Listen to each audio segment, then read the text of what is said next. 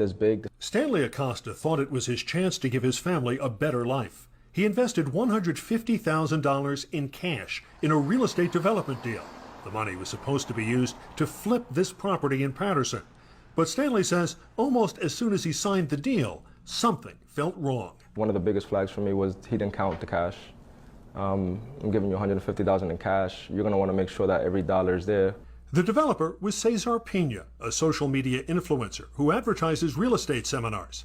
Stanley's contract promised in return for his $150,000 investment, he'd get $45,000 in interest, a 30% return in just 5 months. But nearly a year later, he hasn't seen any money and says Pena has stopped returning messages. From a financial standpoint, it's killed me completely. I've had to take out loans to pay off credit card debts. And Stanley isn't alone. Kane in Your Corner has uncovered over a dozen lawsuits filed by people who say they invested with Pena and never got the money they were promised. Texting him like almost every other day, like, hey, what's up with the money, Caesar? Like, I need that money, bro. Like, constantly texting him. He keeps delaying.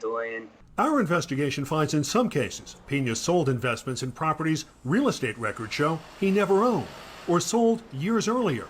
The lawsuits already total close to $10 million, with more being filed every week. For the last year and a half or more, it's just been taking money in from people, and there's been no likelihood of people getting their money back. Some of the lawsuits also mention Rashawn Casey. He's a radio personality who goes by the name DJ Envy.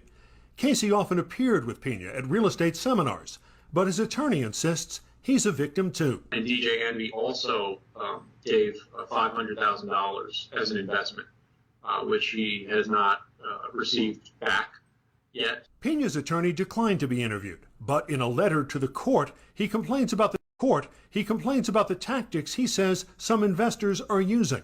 He writes, "My clients need time to first protect their family from threats of death, rape, and physical harm.